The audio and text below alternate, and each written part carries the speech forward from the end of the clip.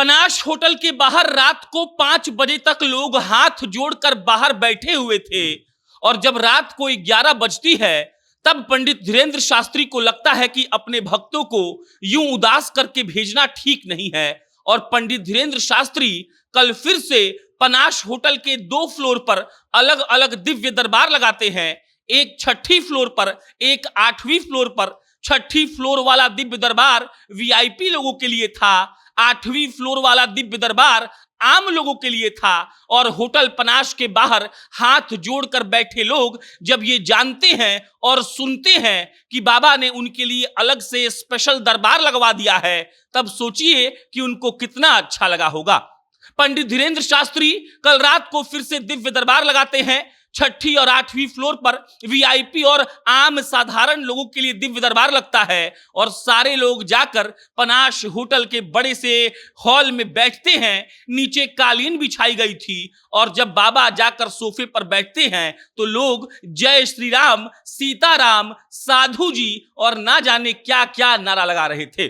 पंडित धीरेन्द्र शास्त्री का आज पटना में आखिरी दिन है और उससे एक दिन पहले बाबा एकदम से अपने भक्तों पर मेहरबान होते हैं और वो कोशिश करते हैं कि जो लोग उनका इंतजार कई दिन से कर रहे हैं, रात रात भर होटल के सामने हाथ जोड़कर बैठे रहते हैं, उनसे मिला जाए और उनकी अर्जी पर सुनवाई कर दी जाए। आप सोचिए क्या माहौल हुआ होगा रात के 12 बजे पनाश होटल के बाहर जब कई लग्जरी गाड़ियां रोड पर खड़ी थीं, हजारों लोग हाथ जोड़कर बाबा का इंतजार कर रहे थे और बाबा उनको बुला लेते हैं। सुनवाई हुई और सुनवाई के बाद जो हुआ वो सुनेंगे तो और खुश हो जाएंगे आप। पंडित धीरेन्द्र शास्त्री जिस सोफे पर बैठे हुए थे और जिस सोफे पर बैठकर वो अर्जी की सुनवाई कर रहे थे, प्रवचन दे रहे थे, वहां से उठने के बाद लोग उस सोफे को चूमने लगे, माथा टेकने लगे और जो लोग अपने छोटे बच्चे को लाए थे उन्होंने उस सोफे पर उन बच्चों को लिटा दिया ताकि बाबा का आशीर्वाद मिल जाए। भक्ति में कितना दम होता है ये हम और आप जानते हैं और पंडित धीरेन्द्र शास्त्री ने बिहार को राममय वाकई में कर दिया है और महज 4 दिनों के हनुमंत कथा के अंदर जिस तरीके से लोगों ने उनका स्वागत किया है और जिस तरीके से उन्होंने पंडित धीरेन्द्र शास्त्री का अभिनंदन किया है वो अद्भुत है।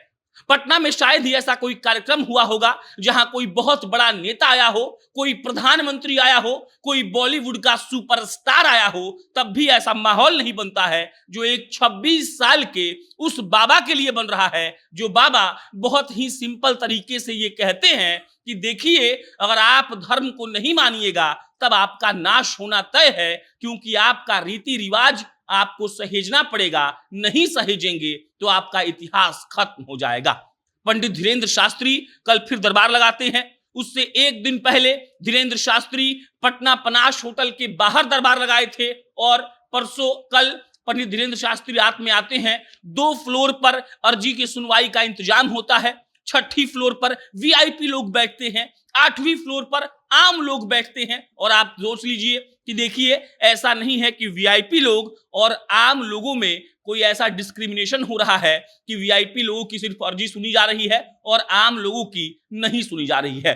धीरेन्द्र शास्त्री इस बात को याद रखते हैं कि जो आम लोग इतने धूप में उनका इंतजार करते हैं उनकी भी सुनवाई होनी चाहिए और इसीलिए कल रात को उनकी भी सुनवाई हुई। रात भर लोग पनाश होटल के बाहर हाथ जोड़कर बैठे हुए थे, बस इस इंतजार में थे कि बाबा बस एक बार आकर दर्शन दे दे और बाबा ने दर्शन दिया। बाबा ने अर्जी पर सुनवाई की, बाबा ने सबको भभूत दिया, बाबा ने प्रवचन भी दिया, बाबा ने कथा भी सुनाए और बाबा ने कई लोगों का भाग्य भी बताया और उनको आशीर्वाद भी दिया। पंडित धीरेन्द्र शास्त्री का आज पटना में आखिरी दिन है। आज हनुमंत कथा होगा, पंडित धीरेन्द्र शास्त्री वापस लौट जाएंगे, लेकिन बिहार में जो माहौल पिछले 4 दिनों से बना हुआ है वो वाकई में अलौकिक है, अद्भुत है और ऐसा नजारा शायद ही कभी पहले देखने को मिला होगा।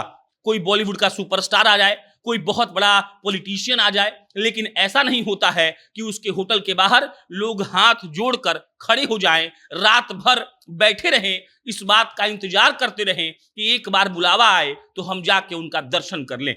लेकिन पंडित जी की महिमा ऐसी है कि लोग रात भर बैठे थे और फिर कल रात में सुनवाई भी हुई। पंडित धीरेन्द्र शास्त्री जिस सोफे पर बैठे थे उस सोफे पर लोगों ने मत्था टेका, अपने बच्चों को सुला दिया और आशीर्वाद के लिए लोग नारे लगा रहे थे। बाकी पंडित धीरेन्द्र शास्त्री को हम लगातार कवर कर रहे हैं, इस पर कोई अपडेट आएगा तो आपको हम इत्तला करेंगे। आप जनता न्यूज़ देखते रहिए। बहुत बहुत धन्यवाद।